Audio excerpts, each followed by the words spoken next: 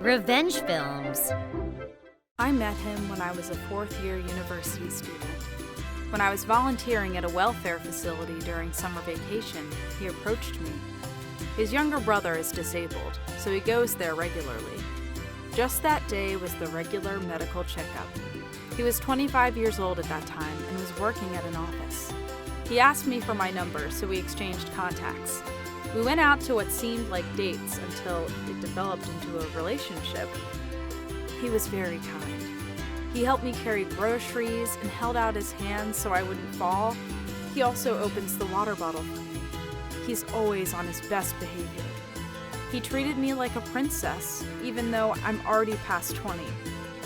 Even when half a year passed after we started dating, he continued to take care of me, and I started thinking about marriage. Then, just before graduation, he proposed to me. After you graduate, will you marry me? Yes! Before that, I would like you to meet my family, especially my younger brother. Of course, because we'll become a family soon. Then, a week after he proposed, I went to visit his family. But when I arrived, his parents suddenly lectured me on how to treat his brother. At first, I didn't know what was happening, but Charles told me that he has a disabled brother turning 20. But there are no problems with day-to-day living. But that was a lie. His brother has a severe behavioral disorder. It's a disorder wherein he destroys things and hurts people. Don't shout, even if he does something you don't feel comfortable with. Also, don't ever ask using the words, "Don't ever," blank. Only ask yes or no questions. Just like that, she forced me, someone she met for the first time, to act a certain way. Isn't that too much to ask of her? No, it isn't. She'll be living with us. She needs to know how to act properly. She gave me an intense impression. Charles just stayed there like nothing was happening and watched us talk like it was none of his business. Then his younger brother was brought to the living room. Nice to meet you. Denny came closer to me, scratching his chin. He slowly grabbed my hair and started pulling so hard I thought it would be pulled out.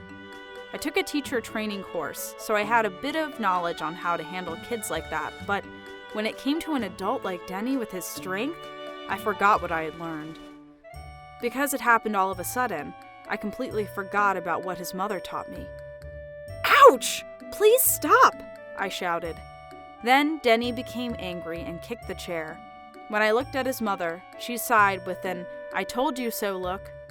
Denny continued to be angry for a while, and hurled the things around him and made strange noises.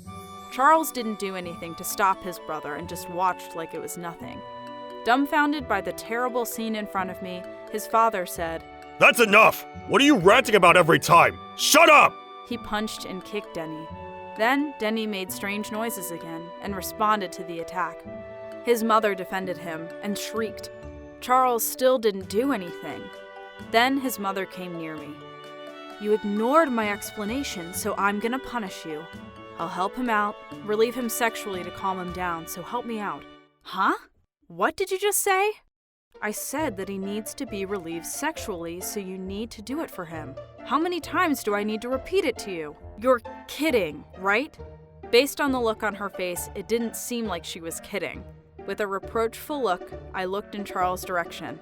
Then, he finally talked, but he said something shocking. Please, do as my mother told you. Huh? It's pitiful. Danny is disabled, so he can't do it by himself. If no one will do it for him, he won't calm down. Are you serious? You're going to marry me, right? So please, do as we say. Mom used to help him out with that, but actually, Mom was diagnosed with cancer half a year ago.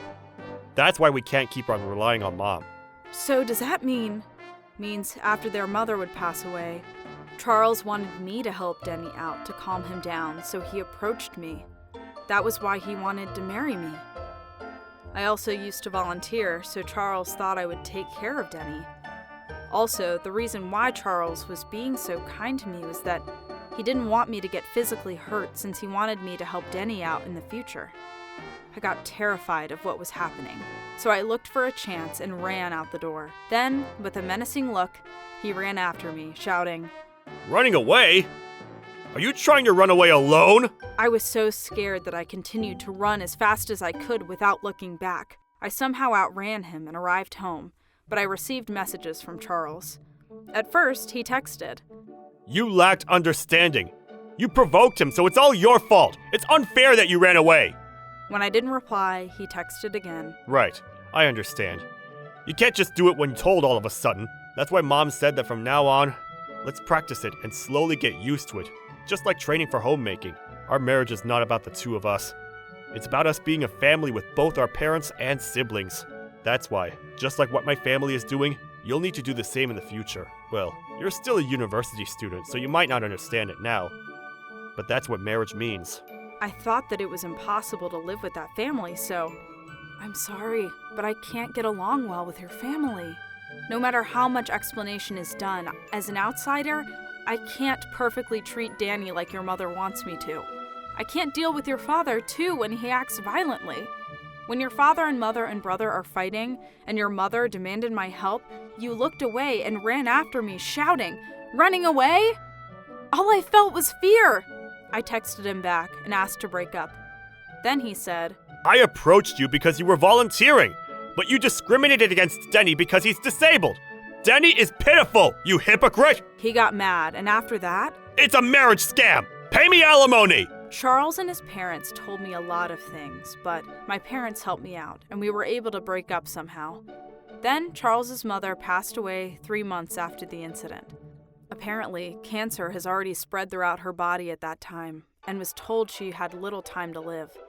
In dire need of help, they thought of this plan and executed it. Their mother passed away, and Charles lived together with his father and brother, but since her passing, Denny got out of control. Then, one day, Charles finally became violent towards Denny and got arrested. Apparently, Denny was violated to the point of permanent injury. The neighbors heard all the shouting and called the cops. When the cops came, Denny was unconscious. He was out of control to the point that we couldn't do anything. I thought that it was impossible to continue living with him like this. I planned to end his life. He explained to the police. When Charles was arrested, his father was also arrested because his violence against Denny was discovered. I don't know what happened to Denny after that, but he's probably living in an institution somewhere. Charles said that I'm a hypocrite, but I don't know why he could say something like that. After that, I got a job, and despite being bewildered by unfamiliar work, I continue to volunteer on the weekends. How was today's video? If you enjoyed it, please subscribe, like, and leave a comment. Stay tuned for more.